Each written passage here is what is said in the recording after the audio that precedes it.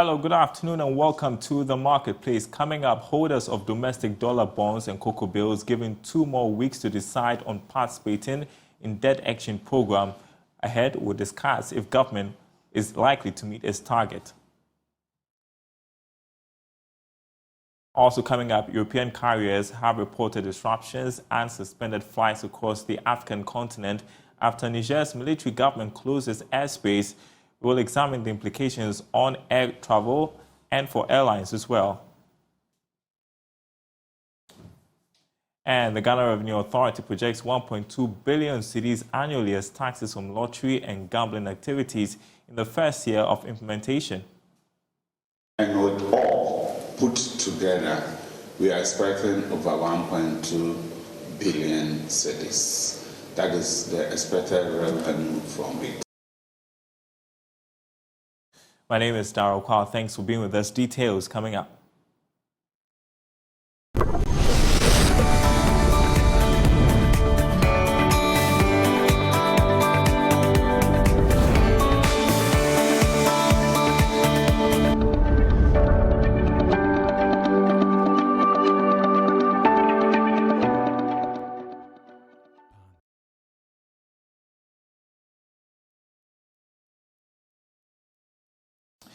And first up, holders of the domestic dollar bonds and cocoa bills now have more time to decide on whether to participate in a debt action program. Government has extended the deadline for closing the offer for these two financial instruments. Here's more in this report. The Finance Ministry in the statement maintained that the extension of the domestic dollar bonds was in response to feedback from eligible bondholders for more time to secure internal approvals to participate in the offer. However, Bank, which is leading the cocoa bills offer, was silent on the reasons for the extension. Settlement for the domestic dollar bonds will now be done on the 21st of August 2023, while the cocoa bill settlement will be done on the 25th of August 2023. Government is hoping to restructure almost 20 billion cedis worth of bonds when you put the value of these two papers together. This exercise is very important in securing the next tranche of funds from the IMF for this year. On Zoom with us is Kwawu, who is senior lecturer at the University, senior finance lecturer at the University of Cape Coast. Good afternoon to you. What do you read into government's decision to extend the offer period for domestic dollar bonds and cocoa bills? Is it to give opportunity for more people to sign on, or there are genuine challenges? Thank you very much. Good afternoon, Daryl. Looking at the decision by government to extend is to give the opportunity to more people to sign onto the domestic debt exchange, the second tranche of the exchange. We noticed that we had the same issues with the first domestic bond exchange that we had over time. And this is also due to the decision by the individual bondholders and the pensioner bondholder not to sign onto the domestic bond for the first time. And this has also resulted into situations where government has not honored the obligations of the bondholders.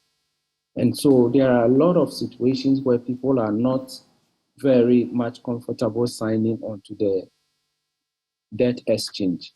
Government therefore needs time to convince these people to sign onto it. So I'm just looking at it from the viewpoint that it is time to give people the opportunity to make a decision whether they will sign onto it or not. But then government needs to also make sure that they educate the bondholders on the decisions why they should sign onto this bond exchange and the benefits which will inure to the benefits of the bondholders. Well, government is seeking to exchange $809 million. Do you think it would meet this target? Yeah, government, the $809 million can be achieved by government if they are able to educate the bondholders very well on the need for the exchange. This is going to be a win-win situation for both government and the bondholders. And so, and a lot of the bondholders, they are only interested in their coupons being maturing and they are getting their returns over time. What the coupons, when we talk about the coupons, we are talking about the interest rate on the bonds. That's what most people are interested in. And so there is the need for government, there's a need for Bank of Ghana, Securities and Exchange Commission, and the Ghana Stock Exchange to come in to educate these bondholders on the need for enrolling on the domestic bond exchange and the benefits that they are going to get on it. When people understand the reasons why they are supposed to participate in this exchange, that would be very much appreciated by them. The lessons learned from the individual bondholders and the pensioner bondholders should inform those who are still holding the bonds now that it will be to their own benefit to enroll onto it. And what are the implications if government fails to meet this target as we eye a second tranche of IMF bailout funds? Yeah, so if we are not able to meet this particular one, it means that we are going to go out of the second tranche of the IMF bailout. And if we are not able to meet the IMF bailout, then it means that we are going back to the same story that we have said over time, that we are in financial crunch, we are in financial difficulty, and all hands should be on deck to get this particular bailout in order for our economy to improve. Over the period, we have seen some reduction in exchange rate, we have seen some and investor confidence is gradually coming in. So if we are not able to meet the next tranche of the IMF bailout, that will make it very difficult for government to continue its projects. And over the weekend, organized labor agreed to participate in a new debt exchange program for pension schemes. Government seems to have made headway on that front. It's a good news to hear that organized labor had agreed to go on the domestic bond exchange with a view that the pensions as we have it is pay as you go system that we have with the pensions. So if it is pay as you go system that we have, the investments have some actuarial studies that are done over them that they are supposed to meet the needs of the fund over a period of time. And so bonds initially, bonds essentially are for long-term investment, which means that they are not for the short term and those who are going on retirement now. The bonds might be for those who are going on retirement in the next 10 years, 20 years, 30 years. And so if they have agreed to go onto the domestic bond exchange, it is just very good for all of us. It's a welcoming news, and then we hope that government would ensure that they also fulfill their part of the bargain. Sarah Mkawo, always a pleasure to talk to you, Senior Finance Lecturer at the University of Cape Coast. I appreciate that you could join us. While you're watching the marketplace, want to turn attention to the situation in Niger, where we understand European carriers have reported disruptions and suspended flights across the African continent after Niger's military closed its airspace on Sunday. Now, the military government is bracing for a response from the Economic Community of West African States, ECOWAS, after ignoring its deadline to reinstate the country's ousted President Mohamed Bazoum or face the threat of military intervention. Just how serious are these disruptions? Joining me on phone is Managing Editor of AviationGhana.com, Dominic Ando. Good afternoon to you, Dominic. So how significantly has air travel been impacted after Niger's military junta shut its airspace? Hi, good afternoon, Daryl. So essentially, the shutting of Niger's airspace means that some few flights will have to do a detour, and that detour may prolong the flight time. For instance, Air France, for instance, they are flying down from Paris to, let's say, Accra and some other areas in the sub-region. It means that they do a detour, which will prolong the flight time by about 1.5 hours. So essentially, instead of flying for 6 hours to Accra or the other sub-regional routes like Senegal, etc., they may spend about 7 hours flying to those places because they do a detour around Niger. The second angle to this is that it means that a marginal increase in the cost of operations for airlines. If, for instance, you are flying an A320 and now you are doing a detour of about 1 hour, it means that you are using much more fuel to fly the same route, which means that it may either be passed on to the consumers or the airline will have to absorb it in the short term while to find a better route network getting to the destination of choice. But of particular interest to us is the fact that most of the European carriers flying to Accra have not cancelled their flight. For instance, from Paris Charles de Gaulle to Accra, it's still daily, they haven't cancelled. They'll do the detour and come. Those affected mostly are those flying down to other regions in West Africa and then to Southern Africa and Nigeria, in West Africa, for instance. So Nigeria, particularly in West Africa, is really affected, and some few countries in West Africa are also affected. And then those in Southern Africa. But for specific routes in like Accra, it's a good market for the European carriers. So none of them have stopped flying to Accra. They will do the detour, either absorb the cost or pass into the consumers. What if this prolongs, seeing the impact that we are seeing in these last couple of days after the military junta shut its airspace? If it prolongs, the airlines will still fly. We had the same issue in Sudan, remember. We had the same issue in Ouagadougou, Burkina Faso, but the airlines still flew. We are in the peak of the summer season. This is the time for airlines to make some money because the lean season is also upon us in October. So airlines will still fly. They will reroute the flight, go around or do a detour, and then get to their destination. Yes, it means that more minutes flying. Yes, it means that additional cost of flying, but they will still fly. Either pass it on marginally to the consumer or absorb the cost. In the coming days, we'll be tracking the breakdown of the ticket cost. We have a part where it's called fuel surcharge. If you take your airline ticket, the breakdown of the cost, the fuel surcharge by the airlines, if you see it inching up marginally, maybe due to that in some of the locations where they fly to. But essentially, even if it prolongs, airlines will still fly. We had the same issue in Ouagadougou, we had the same issue in South Sudan, but we still flew.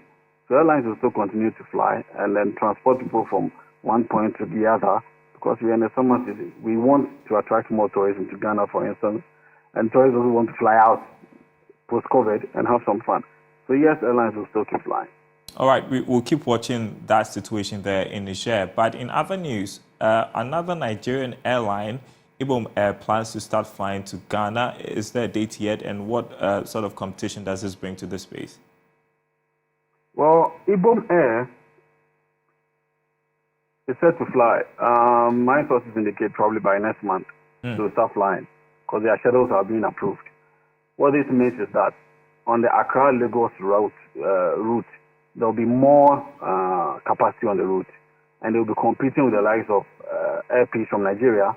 And then in the case of Ghana, it's only Africa World Airlines that flies to Nigeria. So the two Nigerian carriers will be competing against Africa World Airlines. There's a third one we expect to also start this year. It's called United Nigeria Airlines.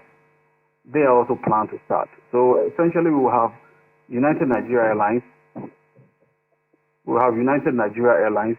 Ibom Air, Airpeace, all operating the market alongside Ghana-owned Africa World Airlines. It means that more capacity on the routes, more competition, and we expect prices to fall on the routes essentially. We like the competition. Well, finally, the Kotoka International Airport has received a customer experience accreditation. Tell us about that and how significant it is really.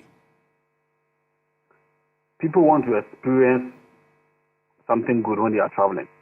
It's not just the airline. It starts from the ground, the airport where they board a plane, the services at the airport. That's where the journey actually begins. So for Kotoka Airport to be ranked number one in the airport accreditation system is good for the airport operator, which is the Ghana Airport Company Limited, meaning that they are responsive to the needs of customers. The experience traveling through KIA Terminal 3 and KIA essentially is very good. That's why the accreditation system ranked them number one, because we have 5 tiers, one being the highest, 5 being the lowest. And if you are able to be ranked as number one or classified as number one, it means that the customer care at the airport in question is good. customers like the services they receive at the airport. And I believe the airport operator is committed to improving or enhancing what even exists so that the customer experience traveling through Kotoka is very good. If you have a bad experience at any airport, traveling through an airport, you may not even want to transit through that airport.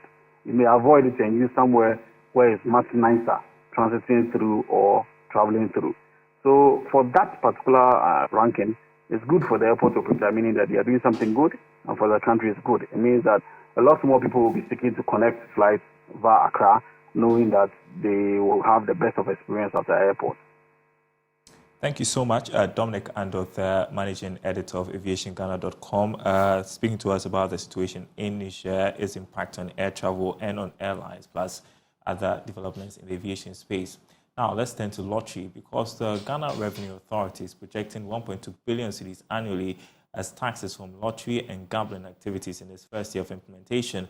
The authority says it is expecting the figure to show up in subsequent years to rake in more revenue. Officer in charge of Domestic Tax Revenue Division, Edward Jambra, says his outfit is putting up robust measures to ensure the smooth collection of these taxes. Ghana Revenue Authority at the media engagement said punitive measures will be taken if operators fail to comply with the new taxes. Edward Jambra explains that his outfit is looking forward to an increment in its target to 3 billion Ghana cedis by 2025. Expected revenue from this initiative. This initiative is coming as part of the amendment to the Income Tax Act. So with the Income Tax Act, we have the gaming, the GGR, the withholding tax on the gross gaming. We have amendment to the Individual Income Tax Act, Individual Income Tax Bracket. We have amendment also to the capital gains, and with all put together, we are expecting over 1.2 billion cedis. That is the expected revenue from it. This is the initial stage of this policy, and going forward, the expected revenue is very high, and I'm sure after the first year, we will see the full potential, which is in the range of 3 billion. But we are not there yet.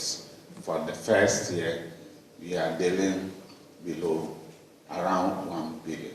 He maintained that a withholding tax of 10% will be deducted on lottery winnings. According to him, the Ghana Revenue Authority has engaged stakeholders and pledged to protect individuals within the value chain. Then there is this element of withholding tax on lottery winning.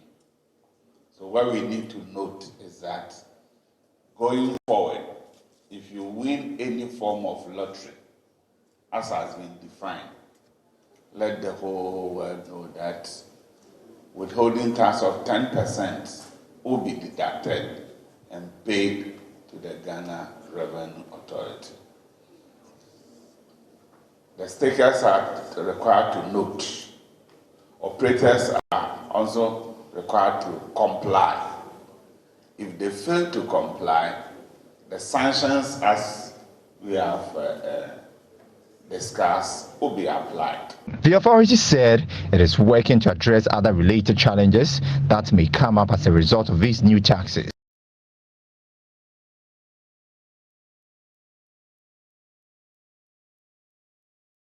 You're watching the marketplace now. The American Chamber of Commerce, Ghana, the U.S. Embassy Ghana, U.S. Commercial Service, and the U.S. Chamber of Commerce and the Embassy of Ghana in Washington, D.C. will co-host the 2023 U.S. Ghana Business Expo beginning August 10 to 11, 2023 at the Labadi Beach Hotel in Accra. Here to tell us more about it is Jane Otria-Duarte, who is External Relations and Special Projects with the American Chamber of Commerce, Ghana. Thank you so much for joining us in the studio to discuss this. So first, tell us what the objectives of this expo are. Okay, thank you.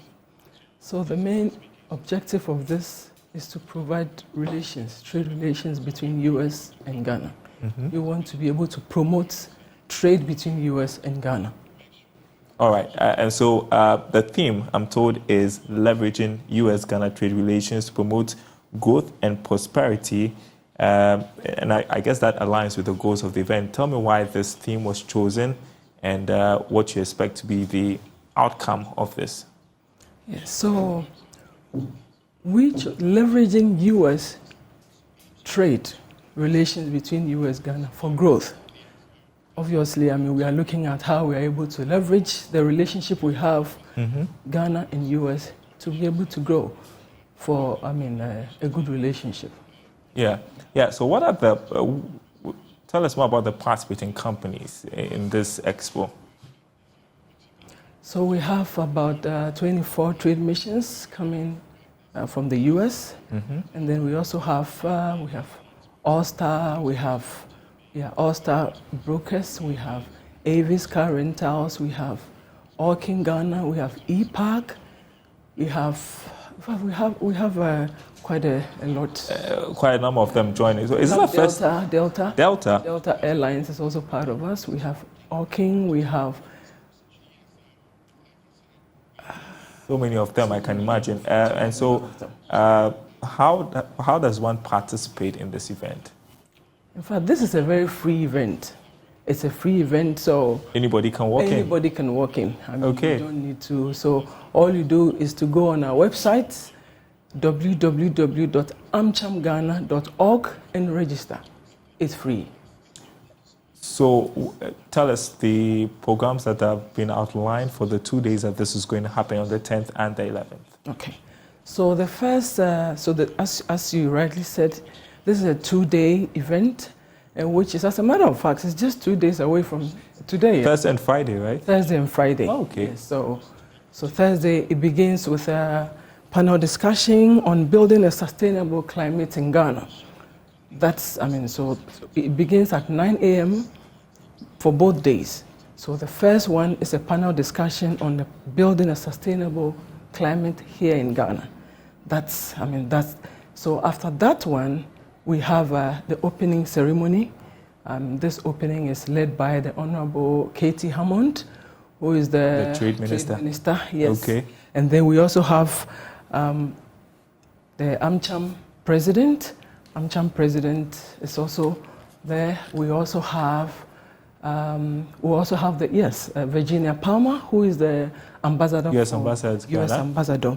We also have Marisa Lago. Marisa Lago is the Undersecretary for International Trade. Actually, Marisa Lago, International Trade for Commerce. Okay. So these are the people who are actually going to lead this opening. So these are very high-profile individuals. Yes. It's no small event. They are actually going to, declare it open, So, and then afterwards, we'll go through the various stands where definitely the exhibitors are going to introduce themselves, trying to, create awareness for themselves. After that, we go back to have another panel discussion. So we begin a panel discussion. We continue with the official opening of the event. And then we go back to panel discussion, another one. So that panel discussion is also on building trying to connect with the diasporans. So the whole idea, is to connect with them so that we can also promote trade and prosperity. Is this the first such event? Yes. This is the first. Yeah, this is actually the first time we're ever having such an event. So it's quite an important one and well planned. And we have all these people coming down, businesses, and they are so expectant. U.S. companies are so expectant. They also want to enjoy something here in Ghana. Of course. As well as we Ghanaians also want to also leverage on this relationship for this growth we are talking about. Okay. Yeah. This is the first event, but I know that, for instance, the Chamber of Commerce, the U.S. Chamber of Commerce Ghana, has collaborated with the U.S. on so many fronts. So tell me about some of the benefits that we have seen over the years with the collaboration between U.S. businesses and Ghanaian businesses. Yes, thank you. So, I mean, this relationship, like you said, has been dated back. And, I mean, going to education, we have a university called Webster, Webster University. This is a U.S. company in Ghana, helping our kids. We also, in terms of employment, I mean, we know how the numerous U.S. companies here also help, I mean, to do the employment. They have employed most Ghanaians. I mean, they pay the taxes. For example, we have one company, EPAC. They are into packaging. I've heard of EPAC. Yeah, they recently launched their production plant. And you can imagine the number of, I mean, staff or people they have employed. All these people, they are paying taxes. Wow. Now you look at KFC. KFC is also another U.S. company. Look at the number of KFC outlets we have here in Ghana. Look at the number of people they have employed. All this is also, I mean, they're paying taxes. I mean, they're taking care of them and all of that. So, I mean, in terms of employment, we go this way. And on the other hand, significantly, in 2022, the business relationship between U.S. and Ghana made about $3.7 billion. Wow. Out of this, $2.7 billion was transferred to U.S. and then $1 billion retained here in Ghana. So you can attest benefits on both fronts. I have just 30 seconds. So just tell us about the partners, the people you are partnering to have this event, and anything else you want to tell anybody, any reason why they should be at the Labadi Beach Hotel on Thursday and Friday. Thank you. So the partners we have the U.S. Chamber of Commerce. That's our greatest support in Houston.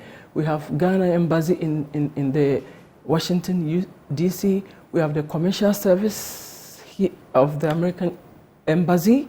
We have ourselves. And then we also have our sponsors being Delta Airline, that's a headline sponsor. We have Cosmos Energy, our gold sponsor. And then we have silver sponsors being All-Star, Avis, and then Cargill. All right, so you know where to be on Thursday and Friday, Labadi Beach Hotel for the US-Ghana Business Expo. Yes. Hearing or listening to you, it promises to be exciting. So everybody has to be there. Everybody has opportunity to be there. Yes. Thank you so much, Jane Otri-Duache, External Relations, Special Projects, American Chamber of Commerce, Ghana. I appreciate you could join us in the studio. And that's the marketplace, everyone. Thanks for watching. More news on our website, myjoyonline.com/business. Bond market, total market turnover shoots up 143% to 418.57 million cedis. You can read more about that on our website, myjoyonline.com/business. We are back same time tomorrow.